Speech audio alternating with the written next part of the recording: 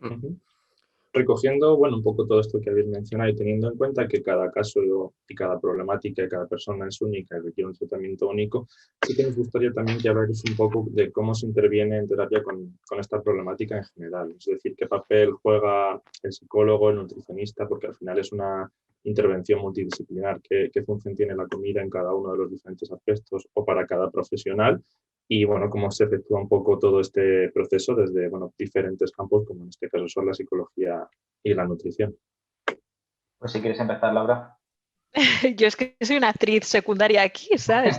O sea, Bueno, desde la nutrición. sí, yo creo, o sea, desde el punto de vista nutricional,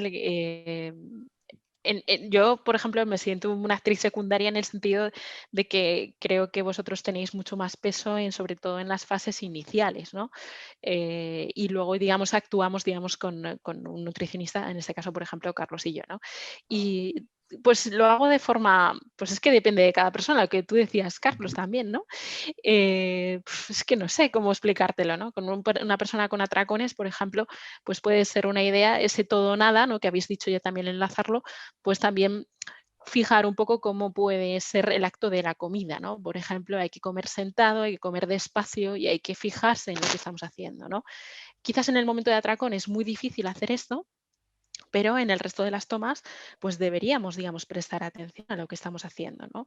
Por ejemplo, también en un contexto de mucha disposición de comida, por ejemplo, en una comida familiar, voy a intentar servir en el plato lo que voy a comer, ¿vale? Para visualizar lo que estoy haciendo.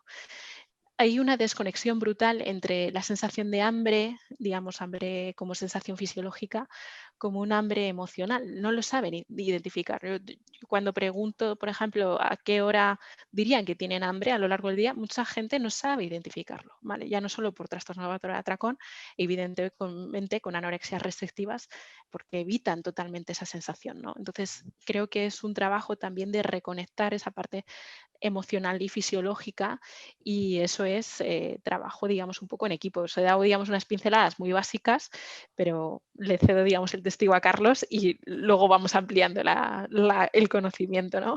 Uh-huh. Bueno, empezaría por esto de que cada persona es única y es real, ¿no? O sea, desde la psicología, pues lo primero es hacer una buena evaluación del problema, salir de la lógica del diagnóstico, porque al final lo que nos interesa es hacer un buen análisis funcional de los distintos comportamientos que presenta la persona, cuáles son los factores que lo están precipitando, cuáles son los factores que lo están manteniendo y a partir de ahí empezar un poquito a trabajar con paciencia. Con paciencia, por supuesto, por parte del terapeuta o la terapeuta y con paciencia por parte de la consultante en este caso, porque bueno, suele ser a veces un trabajo largo que conlleva mucho esfuerzo por parte de la consultante principalmente, que hay que enfrentarse a distintos elementos que dan un miedo atroz. Y bueno, nuestro papel de inicio con estas personas y con este trabajo es el de bueno, paciencia, acompañamiento, no juicio, etcétera, etcétera. Tal vez el primer aspecto que a mí se me viene a la cabeza para poner encima de la mesa en cuanto a abordaje de tratamiento se refiere es el aspecto motivacional, ¿vale? Ver por qué una persona que acude a nuestra consulta con este tipo de problemática quiere hacer cambios. O sea, ¿qué sentido tiene para ella? Entre otras cosas, por lo que decía, ¿no? Porque nos vamos a enfrentar juntos a un proceso que puede ser tremendamente desgastante, muy desagradecido en algunas fases, pero que tiene una recompensa muy, muy importante, que es quitarse una losa brutal que le hace sufrir. A veces dentro de este marco motivacional tenemos que ayudar a la persona a reconocer el problema o al menos a reconocer que esta forma de actuar en este momento de su vida relacionado con la alimentación o relacionado con el cuerpo le está generando una serie de costes que aunque en el corto plazo le hacen experimentar cierto alivio, cierta sensación de seguridad o control, como decía Denis, en el medio largo plazo le van a generar más malestar, o incluso en el presente ya está viendo ciertas pérdidas que igual están empezando a no compensar ese alivio y esa sensación de control. Entonces, esta parte para mí es tal vez una de las más importantes, muchas veces la primera que tenemos que tratar. Hay veces que no, que las personas llegan a consulta motivadas, conscientes de que esto es un problema, muy orientadas a hacer el trabajo, y no hay que incidir tanto en esta parte, pero hay veces que bueno, pues te pueden llegar menores que vienen un poco obligados por las familias, o te pueden venir personas que están muy ambivalentes en ese quiero pero no puedo, en ese quiero y no quiero, en ese... Bueno, y este trabajo hay que hacerlo un poquito. A partir de ahí, entrando en generalidades del abordaje de los TCA, pues mucho manejo y modificación de esas reglas verbales rígidas, como comentaba Deni antes, en torno a la comida, en torno al cuerpo, en torno a distintas situaciones, porque vuelvo a insistir que no estamos hablando solo de un problema con la alimentación, sino que al final la alimentación suele ser el final de toda la cadena, y hay otros problemas que hay que necesariamente abordar, poner encima de la mesa, trabajar. Entonces, el manejo de reglas, pensamientos en este sentido es muy importante. Otro abordaje clásico que suele aparecer con distintos tipos de TCAs suele ser la cuestión de la regulación emocional, ¿no? El ayudar a la persona a poner en marcha estrategias que le ayuden a manejar mucho del malestar que le viene de esa interacción con su vida en las distintas áreas, y que no pase por obtener ese alivio, esa sensación de control a través de la restricción con la comida, o a través de la pérdida de control con la comida, o a través de lo que sea, sino bueno, ayudarle un poquito a manejar ese malestar. Y la exposición a la comida también, para reducir esa carga de miedo que a veces, muchas veces en este sentido suele aparecer. Y por último, seguro que me he dejado 10.000 cosas, pero estoy hablando así de generalidades. Uno de los trabajos más importantes que, en mi opinión, cabe realizar en muchos casos de TCA es la cuestión de la imagen corporal, de la insatisfacción corporal, porque este es uno de los elementos a los que tengo la sensación menos importancia se le ha dado en los planteamientos de tratamiento de los TCA, pero a mi experiencia es uno de esos elementos que te puede echar por tierra y hacer retroceder muchísimo todo lo que se haya podido progresar en el manejo y abordaje de los TCAs. Esto lo comentaba en alguna otra ocasión. Al final el cuerpo es algo que llevamos puesto todo el tiempo, ¿no? Y el hecho de llevar puesto muchas veces, voy a etiquetar, ese estímulo fóbico de manera constante, del cual no me puedo desprender, porque al final si yo tengo una fobia al perro me puedo cambiar de acera y chimpún. No digo que esto sea lo más terapéutico del mundo, pero por lo menos tengo ahí esa estrategia de evitación que me puede funcionar a corto. Con el cuerpo no ocurre. Y dado que estamos hablando de un tipo de problemas donde la relación con el cuerpo, la satisfacción y satisfacción corporal juegan un papel muy importante, el abordaje en esta línea y en este sentido es irrenunciable, en mi opinión. Entonces, bueno, esto un poco así se me ocurre generalidades que solemos tocar en la consulta. Yo, con respecto al miedo a la comida, lo hacemos siempre desde la confianza de qué alimentos son los que se sienten más seguros y con aquellos alimentos con los que no se sienten nada seguros. Entonces, la exposición progresiva que llamamos así. Efectivamente. Bueno, tú has puesto en la frase técnica, ¿no? Pero de esa exposición también lo hacemos así. O con respecto, por ejemplo, a la relación con el cuerpo, yo ahora mismo se me viene, digamos, un poco a la mente ciertas pacientes que después, digamos, de terminar de comer van al baño simplemente para mirarse al espejo y notan, por ejemplo, que hay distensión abdominal, o, pues, por ejemplo, también que el carrillo se le aumenta de tamaño o cosas así, ¿no? Entonces, vamos a intentar estar tranquilos después de las comidas, nos sentamos a compartir acompañados, ¿no? También ceder un poco esa alimentación a los que nos rodean, sobre todo si son menores, ¿vale? Y se pueden hacer la comida pues los padres, pues que estén presente alguien siempre con respecto a ellos, ¿vale? Pues esas también son cosas que trabajamos en consulta. Yo, no sé, vosotros también, Carlos, implicamos un poco si son menores a las familias, en ese sentido, si pueden estar presentes en alguna sesión, a 15 minutos últimos o cosas así, simplemente para también verse un poco ayudados o reforzados en este hecho, ¿no? Sí, esto siempre. O sea, ya no solo por la cuestión legal de que son No, menores, sino por la... bueno, en adultos también, o sea, en Sí, sí, adultos o sea, parejas y cosas así, también sí. intento que estén presentes, digamos, un poco en el tratamiento también.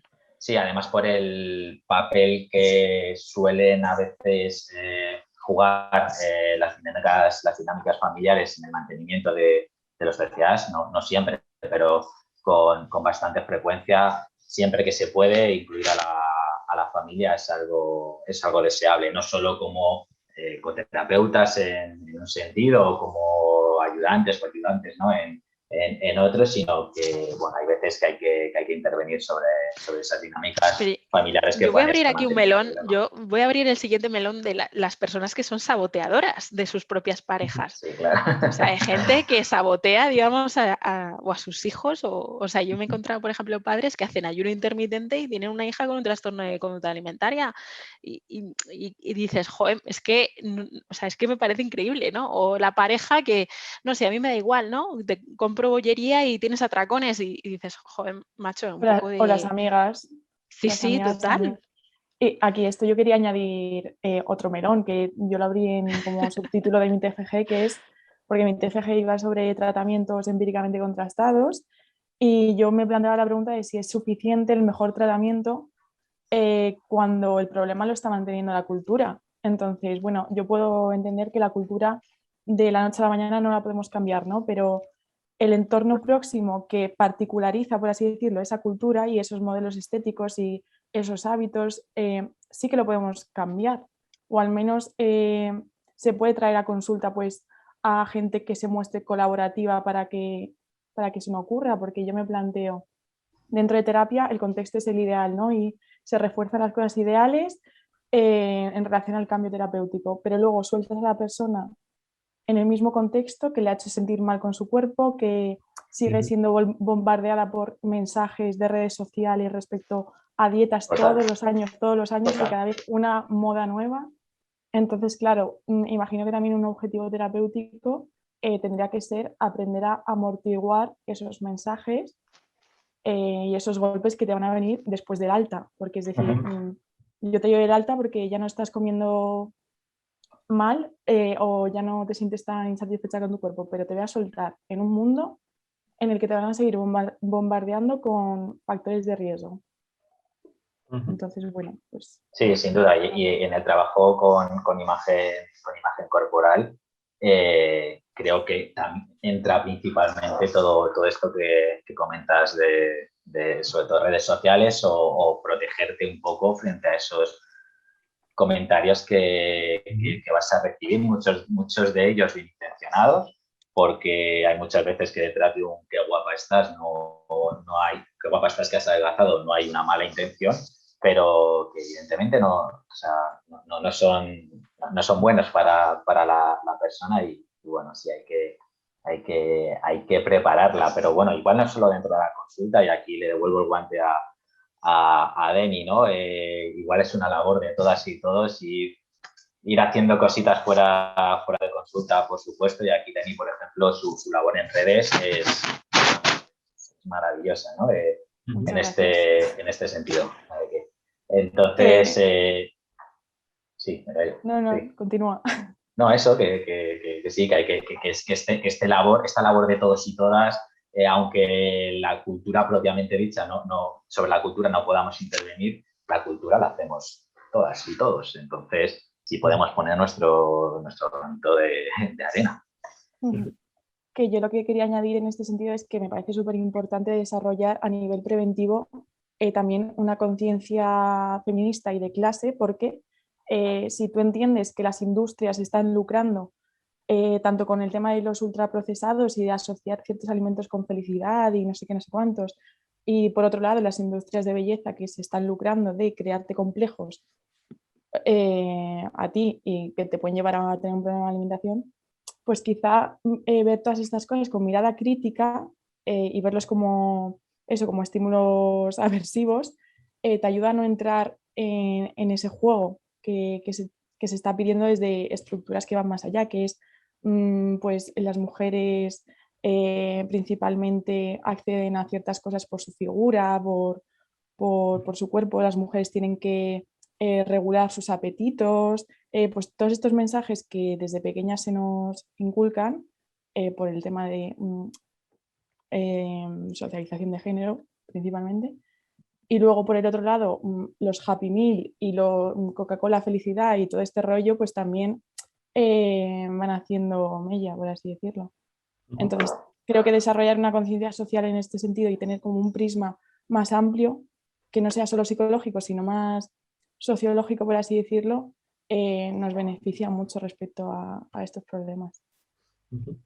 Bien, y hemos hablado un poco de casos generales en los que se han mencionado cosas como la imagen corporal o el control de la comida. Yo quería también exponeros casos un poco más específicos en los que esto debe hacerse. Por ejemplo, cambios en la imagen corporal de una mujer que se queda embarazada o ejemplos de control de alimentación, pues personas que tienen diabetes o intolerancia, pues lactosa, gluten o diferentes alimentos, que en estos casos sí que hay un control de esos alimentos o un cambio en la figura corporal. ¿Cómo podemos un poco, de nuevo teniendo en cuenta que cada caso es único, intervenir en este tipo de problemáticas?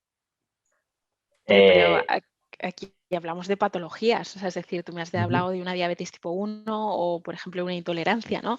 Es que no tiene nada que ver, o sea, digamos que, por ejemplo, un diabético tipo 1, si no realiza, digamos, una disminución, digamos, de componente de azúcar, pues evidentemente tendrá otras consecuencias negativas para su salud. Entonces, aquí creo que se ve desde otra perspectiva totalmente diferente a la que hablamos de trastornos de conducta alimentaria. No hablamos de imagen corporal.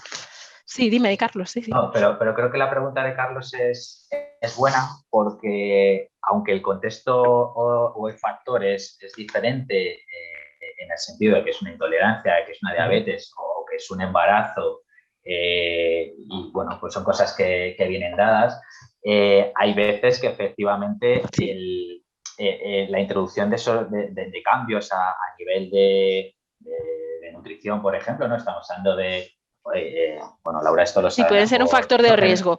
Eso es, ¿no? efectivamente. Hay muchas cuestiones a nivel alimentario que son tratadas a corto plazo, medio plazo, con planteamientos algo restrictivos, o a largo plazo si estamos hablando de ciertas intolerancias, etcétera, etcétera, y claro, se convierten en un factor de riesgo que pueden detonar a veces, si no un TCA propiamente dicho, sí ciertas relaciones con la alimentación un poco complicadas. Y aquí, pues bueno, la respuesta no es fácil porque no es fácil, ¿no? Pero creo que el trabajo multidisciplinar e ir con infinito cuidado, tratando de mantener el mínimo tiempo posible la restricción que sea necesario o hacer una labor, y esto ya nos corresponde a nosotras como psicólogas, sino a las compañeras Nutris, hacer más una labor educativa, manejando ya no solo la restricción, sino todo el resto del componente terapéutico, psicoeducativo, etcétera, es fundamental.